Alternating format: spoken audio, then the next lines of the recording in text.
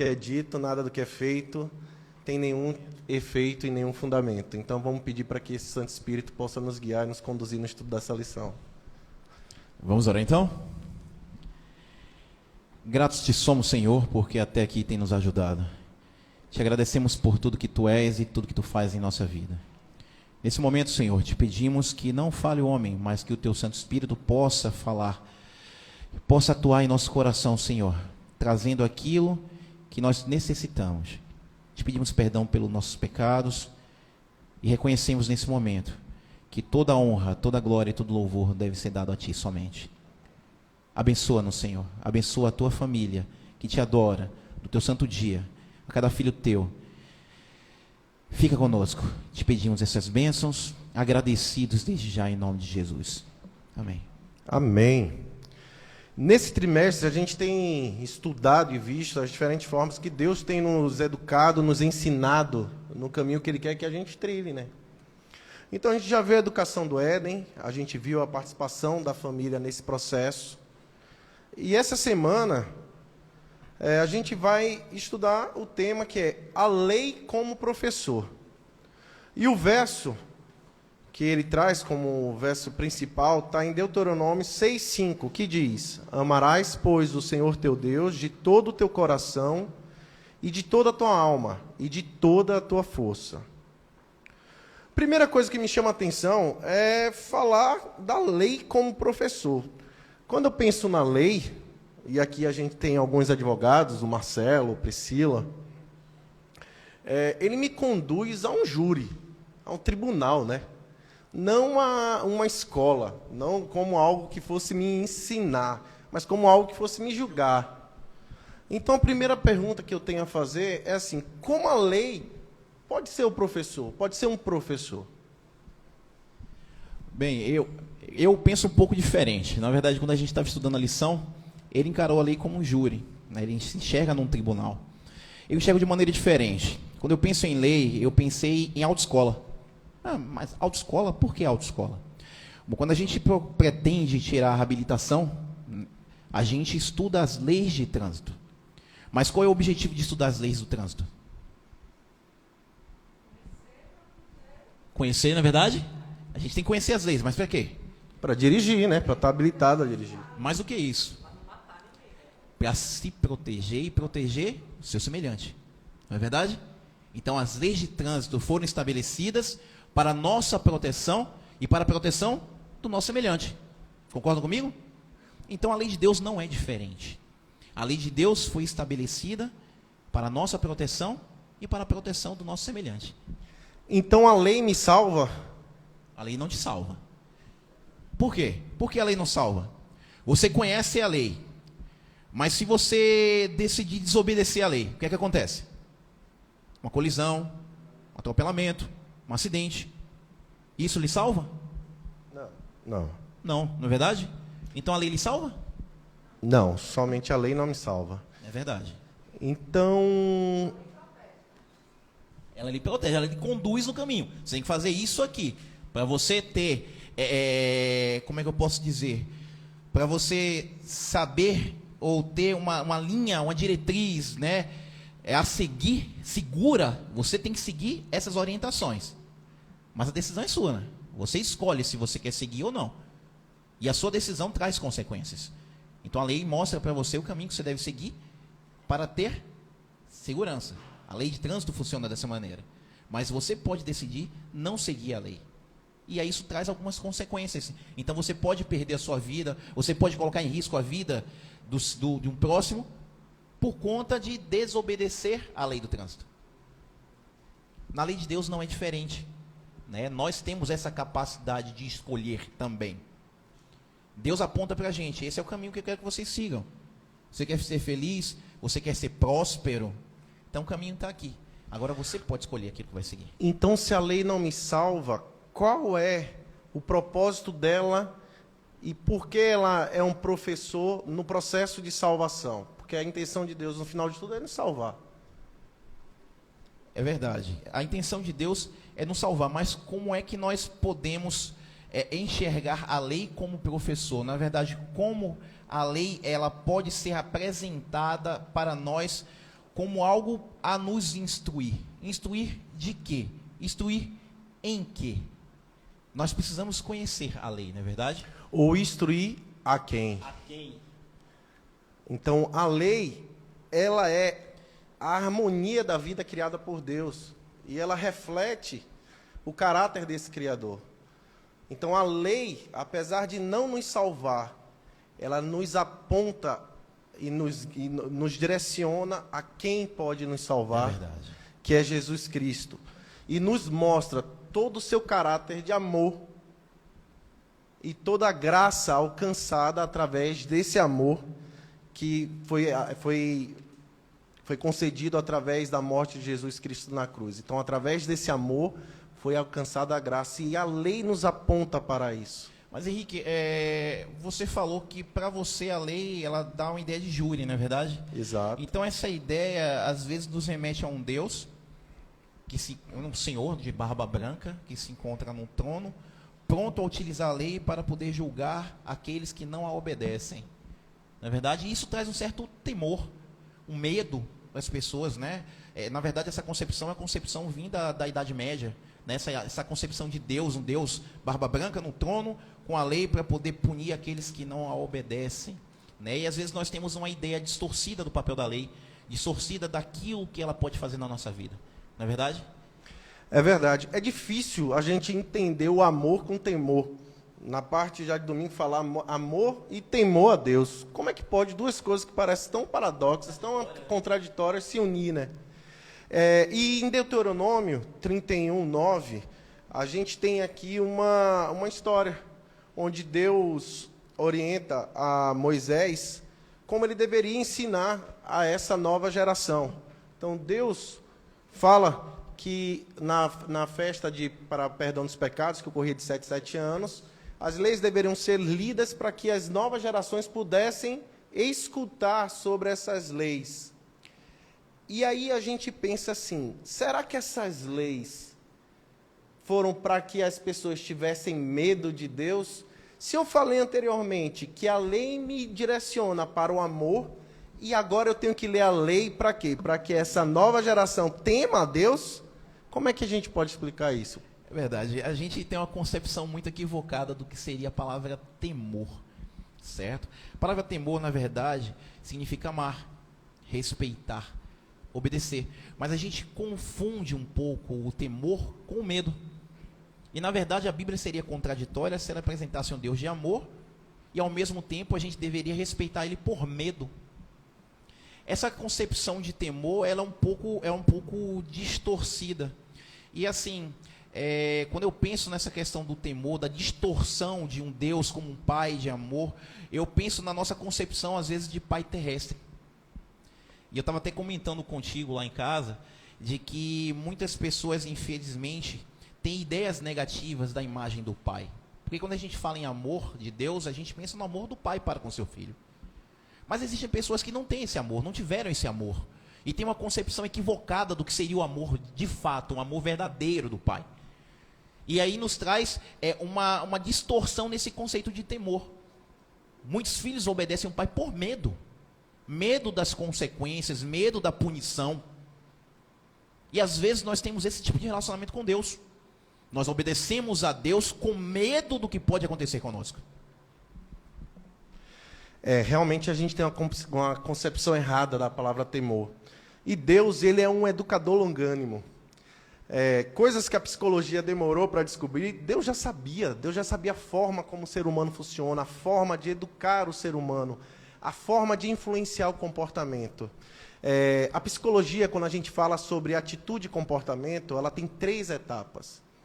O pensar, o sentir e o agir.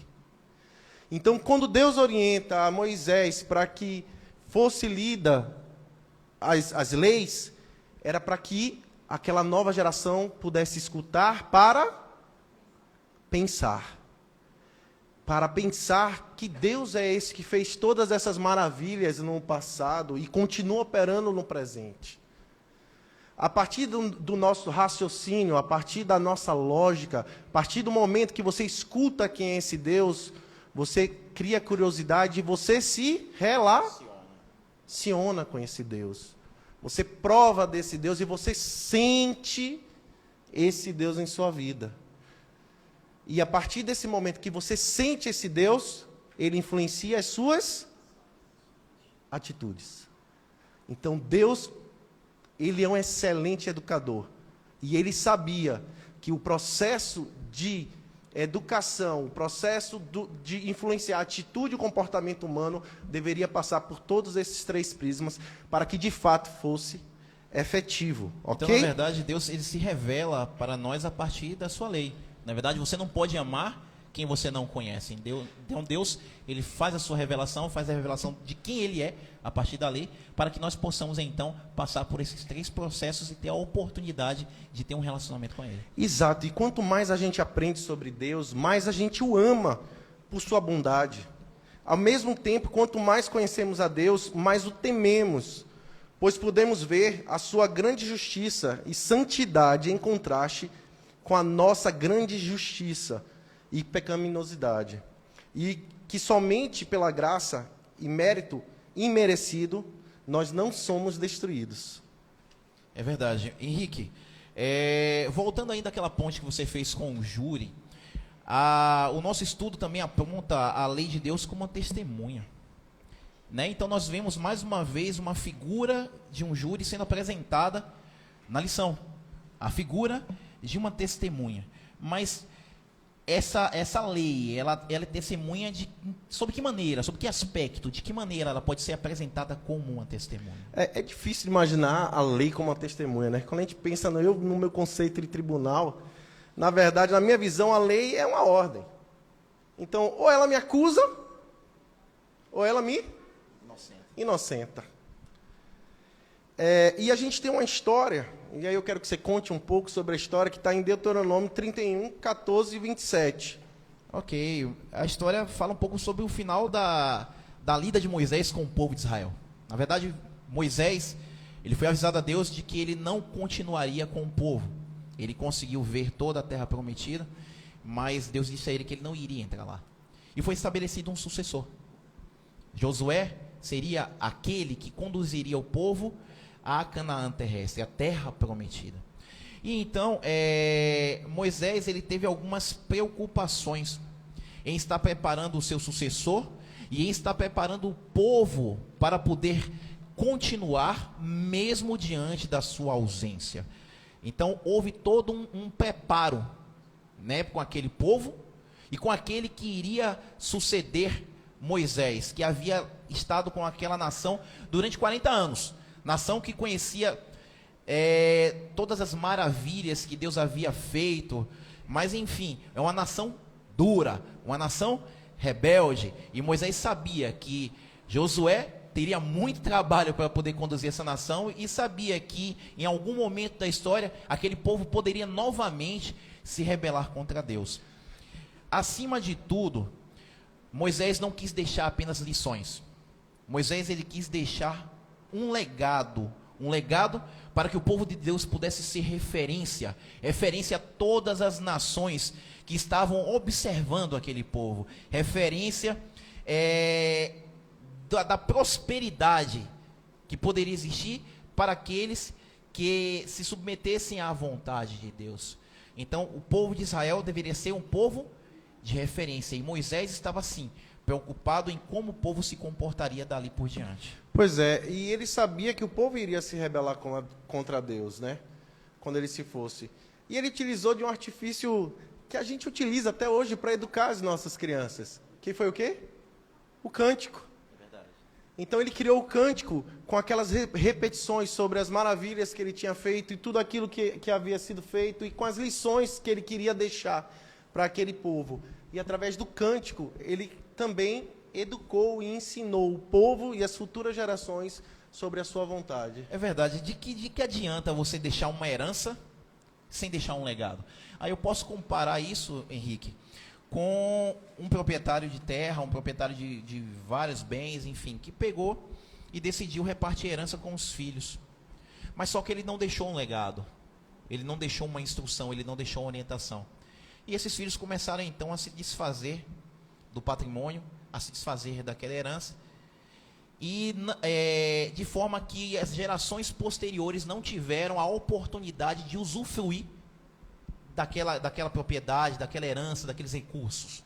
Então não adianta você deixar uma herança se você não deixa um legado.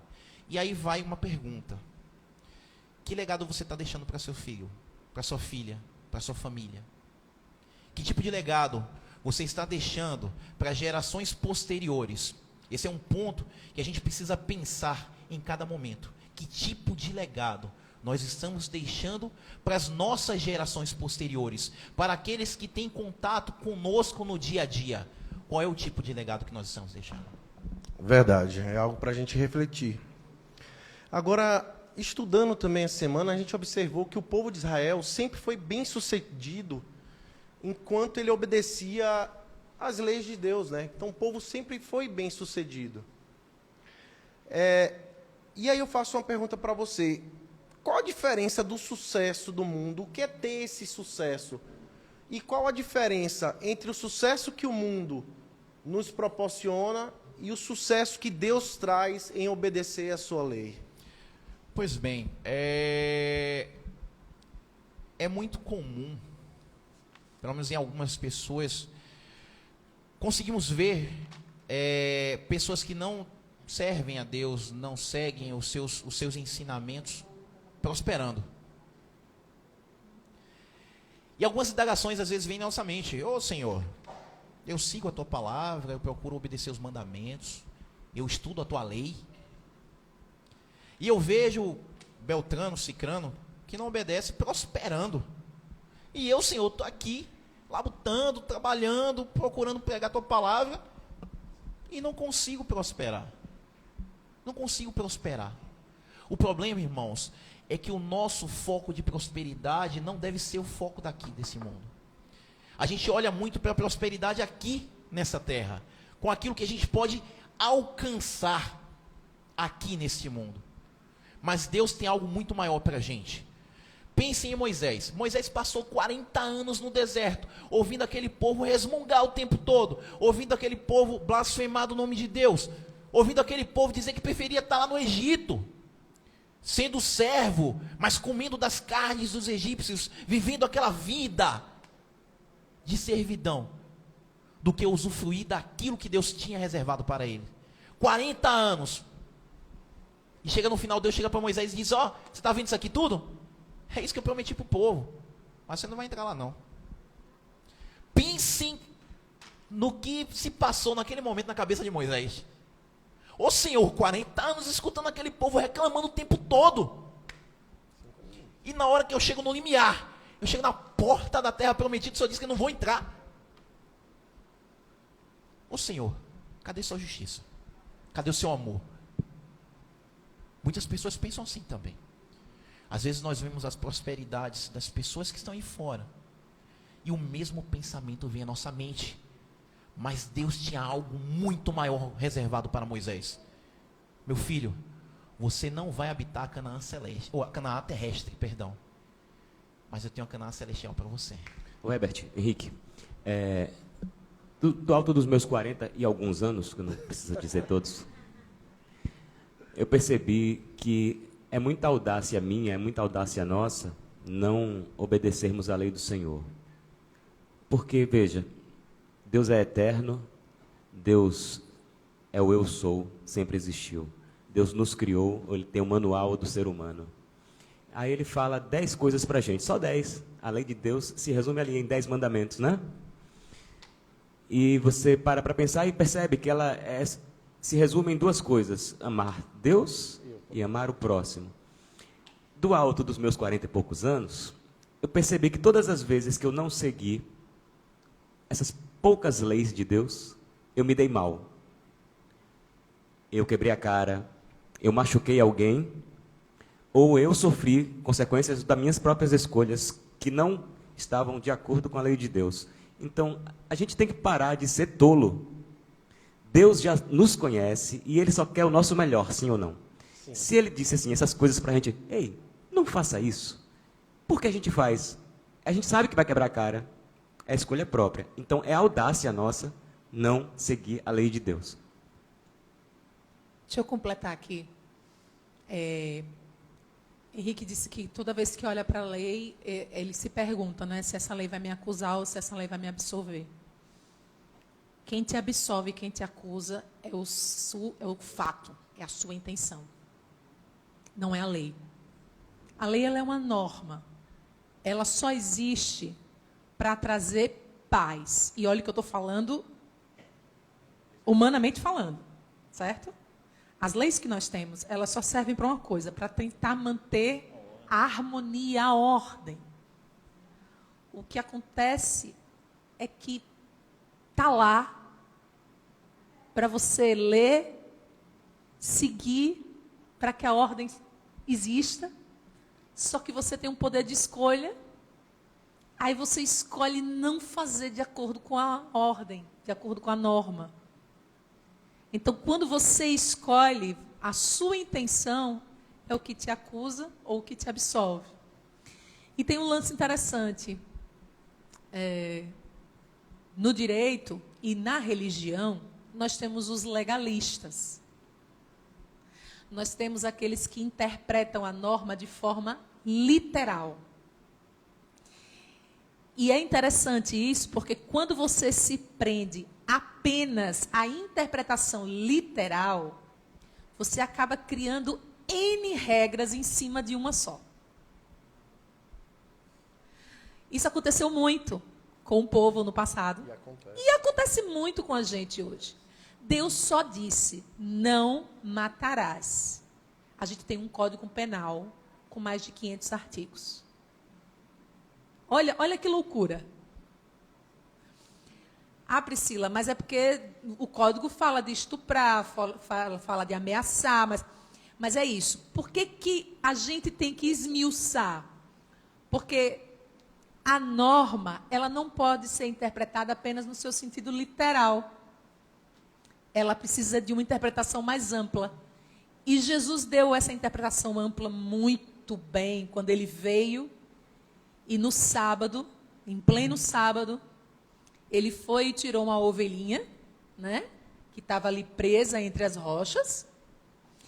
E ele também, no pleno sábado, ele foi e disse aos discípulos, depois de ter passado o dia inteiro pregando para as pessoas, ele estava com fome, passaram por o campo, e os discípulos disseram, Senhor, a gente vai comer o quê? Aí Jesus disse, vamos colher aí, vamos colher, vamos pegar as espigas, vamos fazer aí um pão, vamos assar, vamos, né? Então, assim, Jesus sempre vem para a gente e fala assim, não é uma interpretação literal que você tem que fazer da norma. A interpretação ela é muito mais profunda e muito mais abrangente, porque adulterar é errado. Mas quem disse que adulterar é só o ato? Porque adulterar para Cristo, ele diz, só em pensar com desejo impróprio, você já adulterou. Então, quando a gente olha para a lei de Deus e olha para esses mandamentos, a nossa interpretação ela precisa ser mais profunda, sabe? Não matarás, não adulterarás, não dirás falso testemunho. Se a gente não dissesse falso testemunho, a gente não tinha tanta fake news, é ou não é? Não cobiçarás. Se a gente fosse profundo nos pensamentos da palavra, poxa, eu acho que a harmonia existiria, sabe? E eu acho que ela pelo menos precisa existir, ou precisa ser buscada por nós que decidimos, né, seguir a Cristo. Oi, Marcelo. Eu só queria fazer uma contribuição do ponto de vista do Evangelho. Veja só, a gente precisa entender que a lei de Deus foi dada e essa lei é a lei do reino dele. É de como deveriam ser as coisas caso não houvesse pecado. Então, quando a gente fala em obedecer a lei, é uma exigência, inclusive bíblica, mas que nós, como pecadores, não conseguimos alcançar na totalidade. Então, qualquer esforço que haja da minha parte para cumprir a lei, assim como existe um esforço da minha parte para cumprir a lei de trânsito, e em vários momentos eu acabo não cumprindo. Por quê? Porque eu sou pecador. Só através da graça. Eu preciso cumprir a lei. É um dever. Entretanto, quando eu falo de salvação, eu não posso deixar de olhar para Cristo. Por quê? Porque a lei que a cruz de Cristo é o Evangelho, vai trazer a graça, que é a absolvição pelas coisas que a gente não consegue alcançar. É por isso que muitas vezes a gente, e até na Bíblia a gente vê esse debate de lei e graça, e a gente tem uma certa dificuldade de, na mente da gente, peraí, eu cumpro a lei e eu sou salvo por ela, ou eu sou salvo pela graça? Velho, você cumpre a lei, você não é salvo por ela, você não cumpre na totalidade, você é salvo unicamente pela graça de Cristo, que foi o que ele fez na cruz, que é o Evangelho, que vem completado. Para a gente ter uma esperança de salvação, é só lá, não tem outra. Mas não quer dizer que eu vou viver como um maluco, Perfeito. desalienado de Deus. Perfeito. Quando Deus fala para Josué, ele fala que ele tem que ser forte. Seja forte. Por que ser forte? Porque a gente vive em um mundo que nos faz e nos leva a desobedecer a essa harmonia, a esse modo de vida que Deus estabelece em sua lei. Então a gente precisa ser forte, porque em muitas situações a gente vai ser quase que obrigado ou obrigado a desobedecer a essas leis, ou tentado a desobedecer essas leis. E por isso que Deus fala: seja forte, Josué. Porque se eu tenho que obedecer, para que ser forte? É só uma questão de obediência. E isso ele fala para a gente também. Seja forte, Henrique. Seja forte, Abel. Seja forte, Herbert. A lei, ela tem a intenção, por ela só, ela não salva, como a gente falou no início da lição. Ela aponta para quem pode salvar através da graça. E a obediência não é o objetivo, mas o resultado de entender a graça, de reconhecer esse amor. E de forma, como eu falei, o comportamento humano, ele segue 3 etapas. De uma forma racional, a lei me apresenta esse Cristo, a esse Jesus, que eu aceito e começo a amá-lo, e a partir daí, essa influência desse amor reflete nas minhas atitudes. Então, o papel da lei é apontar para quem pode nos conceder a graça da salvação. Somente ela. Somente isso. A lei por si só não salva o ser humano. E a lição, ela traz o desfecho falando sobre o nosso maior exemplo. Quem é esse nosso maior exemplo? Jesus Cristo, ele é o maior exemplo. Na verdade, ele veio mostrar para a gente de que a lei, ela sim, ela é possível ser cumprida, não em sua totalidade, né? Na verdade, não em sua totalidade, mas Cristo, como exemplo do ser humano, ele veio mostrar. Ele, como você estava falando, né? Ele veio para o campo do inimigo para poder mostrar para a gente de que a gente pode sim cumprir a lei, né? É algo interessante, né? Deus criou harmonia. Ele deu a sua lei e criou harmonia. Tudo era perfeito. Vem o ser humano e gera desarmonia. Bagunça tudo. Aí Deus, ele não ficou só lá de cima dizendo: ó, eu tenho um plano da salvação, mas vocês ficam aí que eu vou ficar aqui de cima olhando vocês, viu? Ou simplesmente de braços cruzados, dizer: vocês escolheram, então vocês agora vão ver a sorte de vocês. Deus poderia ter feito isso. Deus se fez homem. E ele, quando se colocou no plano da salvação, nós estávamos conversando ontem, ele apostou mais do que tudo em mim e em você. Mais do que tudo. Porque ele é quem cria tudo. E se ele colocou a sua própria existência em jogo, em xeque-mate, ele colocou mais do que tudo por mim e por você.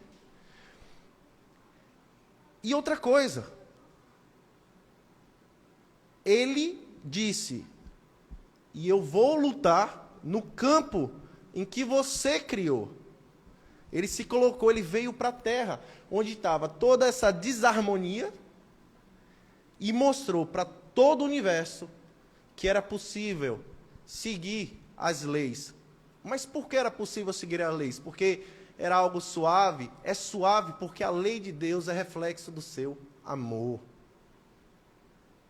E aí a gente começa a entender que a lei não é algo proibitivo, mas é um reflexo, como ele falou, é um cuidado que Deus tem para com suas criaturas.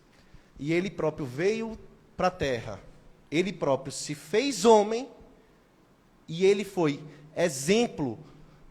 O exemplo, ele não só deu a lei, mas ele se fez exemplo para a humanidade, se tornando homem e vencendo. E acima disso, como ele venceu? Com duas coisas. Utilizando a lei como seu guia e o Espírito Santo, para que ele pudesse vencer as tentações. E isso, essas mesmas armas, estão disponíveis a nós. Pode falar. Eu sou adventista desde que nasci.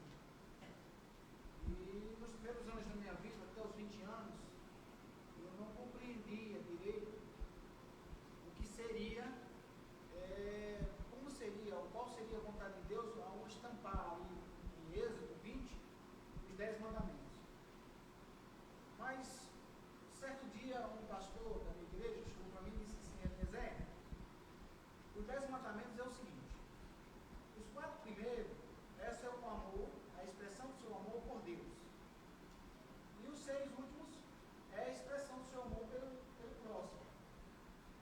E aí eu caí na real e concluí o seguinte: se eu deixar de cumprir um determinado mandamento, seja ele os 4 primeiros, ou seja ele um dos 6 últimos, ou eu estou deixando de amar a Deus, ou eu estou deixando de amar ao próximo. Então, assim, quando as pessoas dizem, não, Deus não exige mais que você cumpra um dos mandamentos, ou os mandamentos de Deus, em outras palavras, Deus, a pessoa está dizendo para mim, Deus não está exigindo que você ame a Ele ou que você ame ao próximo. Né? Então, assim, os 10 mandamentos é a expressão do amor que eu tenho por Deus e pelo próximo. Então, se eu quero, de fato, chegar o mais próximo possível desse amor que Jesus teve por mim, eu tenho também que me aproximar dos 10 mandamentos para que eu te ame melhor, para que eu ame a Deus melhor. Né? Porque o fato de eu deixar de observar o sábado, eu estou esquecendo de Deus um dia na semana ou uns 7 dias na semana, porque eu recebo bênçãos no domingo, na segunda, na terça, até sexta. Aí quando chega no sábado eu esqueço de agradecer a Deus o que Ele fez por mim durante 6 dias. Então esse é o exemplo. Os 10 mandamentos é o amor que eu sinto por Deus. Perfeito. Por isso que o fardo é leve, porque ele é consequência da consciência que você tem desse amor do Pai para com você. Herbert, faz as considerações finais para a gente terminar. O que precisa ficar claro para a gente é de que a base da verdadeira educação é o amor. A base da educação divina é o amor por você. Deus instituiu leis, como um pai institui leis dentro da casa, porque ele não quer ver o seu filho quebrar a cara lá na frente. Ele não quer que o seu filho sofra consequências de uma atitude errada lá na frente. Deus é um pai de amor. E as leis são um reflexo do seu amor para conosco. Que Deus nos abençoe. Que nós possamos desmistificar essa concepção errada da lei de Deus ou do que Deus é. Amigos, Deus é amor. A sua lei é a expressão do seu amor para conosco. Que Deus nos abençoe. Amém. Vamos orar? Grandioso Pai, muito obrigado, Senhor, muito obrigado, porque o Senhor deixou conosco o Espírito Santo, para que Ele pudesse nos dar clareza, entendimento, Senhor, sobre alguns assuntos, para que Ele pudesse redirecionar a nossa concepção, a nossa percepção desvirtuada de quem realmente Tu és, de qual o propósito da Tua lei, que ela veio para nos libertar, não para nos proibir, não para nos condenar, mas para nos dar paz e para nos dar salvação, Senhor. E essa lei é reflexo do Teu amor. Que nós possamos, Senhor, a cada dia, a cada estudo, compreender mais o Teu propósito e o Teu querer em nossa vida. Que nós possamos entender que Seu único objetivo é levar-nos para os céus. Muito obrigado pela presença do Teu Santo Espírito nesse culto da manhã. E que Ele possa também nos acompanhar para nos trazer no culto da tarde. Que Teus santos anjos nos leve agora para os nossos lares, em paz e em segurança. É o que te pedimos, em nome de Jesus Cristo. Amém. Amém. A gente tem um convite todo especial, mas antes eu queria agradecer a vocês dois. Que top, que estudo da lição bacana, que legal. É seu filho, é, Henrique? Gente, à noite, às 18 horas, tem o Viva e está imperdível. Hoje a gente tem o início de uma nova série. Você é nosso convidado especial, venha para a igreja hoje à noite. Se você não vai vir, pode assistir de casa, a gente vai transmitir também. Esse foi o Encontro Comunidade, acontece todos os sábados às 10 horas e você é sempre muito bem-vindo. Agradecemos também a sua audiência que está em casa assistindo, em qualquer lugar, pela internet. Deus te abençoe. A saída é por ali, gente. Vamos saindo aos poucos, cada um de uma vez ali, depois a gente lá fora não demora muito e vai para casa, tá bom? Deus te abençoe, um sábado feliz, um sábado incrível para você.